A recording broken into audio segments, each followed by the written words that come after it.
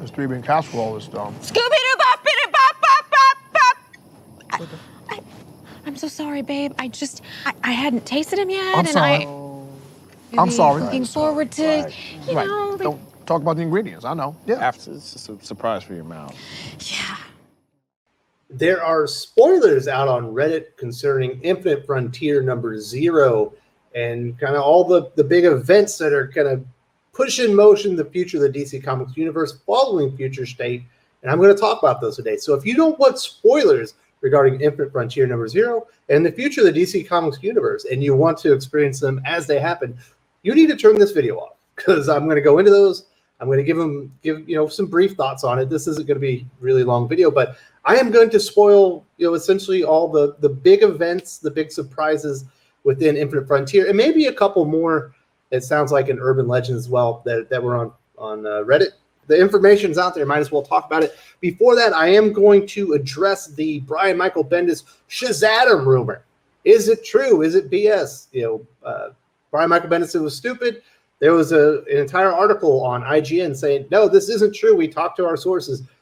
Black Adam is not going to be called Shazam. Well, Rich Johnson at Bleeding Cool decided to defend himself and his sources and provided evidence. And I'm going to show that to you right here as well. So I'm going to address that. Then I will go into the spoilers. If you don't want spoilers for Infinite Frontier, you're going to need to turn this video off and move on with your lives, and probably never address this again, because by the time Infinite Frontier comes around, it will be like 3 or 4 weeks from now. But if you want to know the information or have an idea of what, according to Reddit, is going to happen in Infinite Frontier, stick around. I'm going to talk about it, give my brief thoughts. Obviously, I would love to hear from you guys on what you're thinking about the direction of DC Comics following Future State. Obviously, we are going to be getting some hints of Future State, but when you see these spoilers, you will see that there are they are definitely actively moving towards more things that are happening in Future State, not just in the Batman titles. And obviously, we're going to address that. And, it addresses some other mysteries that maybe were left out there in the Dark Knight's Death Metal series from Scott Snyder. So if you don't want these, this is not the video for you. Obviously, this could have turned on as an autoplay after you finish another video. Turn it off. Go find a better video if you don't want these spoilers, because that's what I'm about to do. Now, before I get into this, I do want to say, if you haven't subscribed to the channel, subscribe, hit the bell for notifications. Give me a thumbs up if you enjoy this, thumbs down if you don't. Either way, I want to hear your thoughts on these spoilers. Do you think they're real? I think they probably are. Or are you calling shenanigans on this? Let me know what you guys think in the comment section. Now, as I mentioned earlier, there are the Shazam rumors concerning the Justice League and Brian Michael Bendis. They are saying that he's going to rename Black Adam Shazam, which obviously sounds beyond borderline ridiculous. It's a pretty stupid idea, just dumb enough that Brian Michael Bendis might attempt it. Now, he did say rumors are stupid. He did not say these rumors aren't true. There's a big difference. But there was an article from IGN saying, specifically, they talked to their sources. Black Adam is not Shazam in Justice League. And that might be true, but it appears, if you look at these screenshots from Infinite Frontier #0, this is the only screenshots you're going to get from Infinite Frontier. The other ones, the shots that I have are going to be from old DC archive stuff. But if you see in this, they absolutely refer to Black Adam as Shazam. Now, have they mistaken Black Adam for Shazam, or put an amalgamation of the name or something like that, and then it gets cleared up, and then in Justice League, they never refer to him as Shazam again? Perhaps. But Brian Michael Bendis writes the story. There are screenshots from Infinite Frontier, although I did see Larry from Larry's Comics saying he looked at his copy and it wasn't in there. I find it confusing. These red lines that are on here are to protect the source of the information. Obviously, this is not my source. This is from Bleeding Cool, from Rich Johnston. So he said, I'd call him BS on that. I do have screenshots. They are referring to Black Adam as Shazam. So there, think of that what you will. Now let's get into these spoilers for DC Comics Infinite Frontier, obviously #0, which will be the kickoff of the new DC era in DC Comics. There is no continuity. It's continuity fluid moving forward. Now, the first one is in reference to the end of the Bane Joker kind of epilogue in Batman 100. Apparently, the opening scene is Bane is killed in Arkham Asylum from a gas attack from the Joker. I find this very anticlimactic. It seemed like it was going to be an interesting conflict between Joker and Bane, as Joker was very upset that he wasted the death of Alfred on Damian Wayne instead of using it against Bruce Wayne and traumatizing him even more. Apparently, he will get back at Bane in Infinite Frontier number 0 and kill Bane in Arkham Asylum. I don't imagine this will be a permanent death, but this will likely kick off the events that lead into the James Tynion Joker series where Joker goes to Europe. Jim Gordon follows him there. There's also going to be a backup story about Punchline with Sam Johns and James Tynion writing that, and then they will eventually merge together, and I believe it'll just be one cohesive story moving forward. So I believe this is probably the kickoff for that Joker series. Unfortunately, it kind of like what Joker said, you wasted Alfred's death on Damian Wayne. It feels like they're wasting Bane's death on this story. I'd imagine it would have been a big event in a big comic book, but they are using it in here. Now, the next one is also a Batman spoiler. Scarecrow is going to be working for a billionaire named Simon Saint. Obviously, we have seen images of the new Scarecrow from Jorge Jimenez. Pretty menacing character design. Looks pretty dope. I might jump back into Batman after or during Infinite Frontier. I'm hearing enough things that have got me interested. My interest is piqued by James Tynion and Jorge Jimenez. Not really sure about Simon Saint. But according to a Bleeding Cool article from not too long ago, he is like the billionaire financier behind the Magistrate's takeover of Gotham, obviously working with Mayor Nakano. I imagine Simon Saint will be an important figure as far as Batman moving forward in Gotham. So we will get the introduction of, I think, of that character. This will probably be his first appearance. Might end up being something actually really important. Next up, we got some Wonder Woman spoilers. Nubia wins the contest of Amazon and is identified as the new queen after Hippolyta decides to become Wonder Woman herself. Obviously, Wonder Woman ascended at the end of Dark Knight's death metal. She is apparently going to be in Valhalla, and Hippolyta is going to be taking her place as Wonder Woman on the Justice League team. I don't know why isn't Nubia just the new Wonder Woman? Why is Hippolyta? Why would she take her place? You would think that she would stay on her throne. I mean, she did send her daughter off to be Wonder Woman. Why wouldn't Nubia be just as good a person to be the Wonder Woman? I don't understand why she would vacate her throne. But Nubia, obviously, when they were doing the Future State Wonder Woman stuff, we saw Diana Prince, we saw Yara Flor, then we saw Nubia. I was like, well, feels like a third wheel here, but obviously Nubia is going to be very important. Well, probably not very important. How often do we see Hippolyta in Wonder Woman comics or even in the DC universe? You see her now and then, but she is going to be sitting on the throne while Hippolyta is the Wonder Woman on Justice League. There's also more details on Yara Flor. Her aunt is deaf and her uncle is white, and she's going to travel back to Brazil to discover her homeland, having been absent since she was a child. So she's probably been raised in Themyscira. She's going to go back to Brazil, get back to her roots. Obviously, that's where we picked up with her in Future State as an older character. This is going to be the Wonder Girl series from Joelle Jones, likely discovering her heritage and where she came from. It'll be a journey of self-discovery as she also comes into her own as the future Wonder Woman. As far as Green Lantern goes, Jon and Simon Baz are taking Teen Lantern to see the Guardians. They try to solve the mystery of why she has the gauntlet. Yes, why has she been able to basically break into the central power battery and basically steal her power for the gauntlet? Probably not what they wanted her to do. And we did hear from the writer on that series, Jeffrey Thorne. He's like, I don't know why they're promoting my Green Lantern as like Teen Lantern is one of the main characters. You're going to see her a little bit. Obviously, it'll be following out after her meeting with the Guardians. We shall see how that goes. Hopefully they'll take that gauntlet right back and she has to prove herself. I don't think that's what's going to happen, but that's what probably should happen. The next spoiler for Green Lantern is Alan Scott officially comes out of the closet as gay. Now, we know that Alan Scott on Earth 2, a while back, had come out. He was gay. And then we saw in Green Lantern 80th anniversary issue in that James Tynion story where it is heavily hinted at that the Alan Scott on Earth 0 was also gay and was having like a personal crisis on a train when he discovered his powers.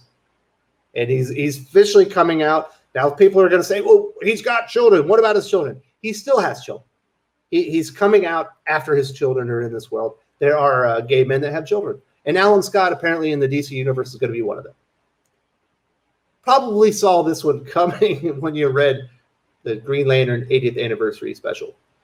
There's not a lot of Superman stuff in here, but the one that we do get is the Spectre suspects that Jon Kent will prove to be a tyrant if allowed to remain as Superman. Not sure why he suspects that. Maybe it has to do with the trauma that he received when he was stuck with the crime syndicate for 7 years and being tortured by evil versions of his parents at the hands of Brian Michael Bendis. Ultimately, he is proven wrong. Jon Kent as Superman will not prove to be a tyrant. He will be a benevolent, wonderful Superman, not exactly like his father, which we saw in Superman of Metropolis, but a worthy successor to the mantle of Superman and protector of Earth. So there you go. Jon Kent is proven to have the heart of a real Superman. We do get some stuff of more of like Teen Titans spoilers here. Roy Harper is alive, but wants to lay low for now. And I don't blame him. Every time Roy Harper decides to be a big deal in the DC Comics universe, they do something absolutely nasty to him, whether it's cutting off his arms, making him a heroin addict, killing his children, having him be murdered by one of his best friends. So if I were Roy Harper, I'd lay low too. He needs to find him a nice, quiet place in the basement of the new Teen Titans Academy. Just hang out there for a few years. Don't tell anyone you're there. Just let Wally or one of the Flashes know you're there. They can sneak you food in or something and water and just stay out of the limelight, because I'm tired of seeing Roy Harper being tortured at the hands of DC Comics writers. The other Teen Titans, well, or you could take it as a Flash spoiler, Wally becomes the Flash again, which goes directly against what we had been told, that Wally was going to hang up the Flash mantle to basically spend time with his family. Also kind of goes against what we saw at the end of Dark Knight's Death Metal, where he was kind of working with that new Illuminati that was, half heroes, half villains that were working on that base on the dark side of the moon, monitoring all the multiverses. But Barry apparently is invited by President Superman to join Justice Incarnate. I imagine this has to do with Earth 23, because that's where President Superman, at least the most prominent President Superman that I know of, that's Barack Obama President Superman, actually exists.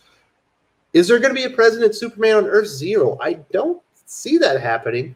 But Barry is invited by President Superman to join Justice Incarnate. If you have any better ideas than it has something to do with Earth 23, I definitely want to hear about that in the comments section. There's so much history out there of the DC Comics universe. I have not read all of it, but that's the best I could come up with as far as those spoilers. And the Wally thing I find odd, because it directly goes against kind of what we were told by, at least in the previews of DC Comics. Now, there is an epilogue within Infinite Frontier number 0, and apparently Diana makes a speech that is by the person that posted this on Reddit, claims it's laser focused on deconstructing everything about Didio's era of DC Comics. I imagine I'm going to enjoy that speech from Diana Prince.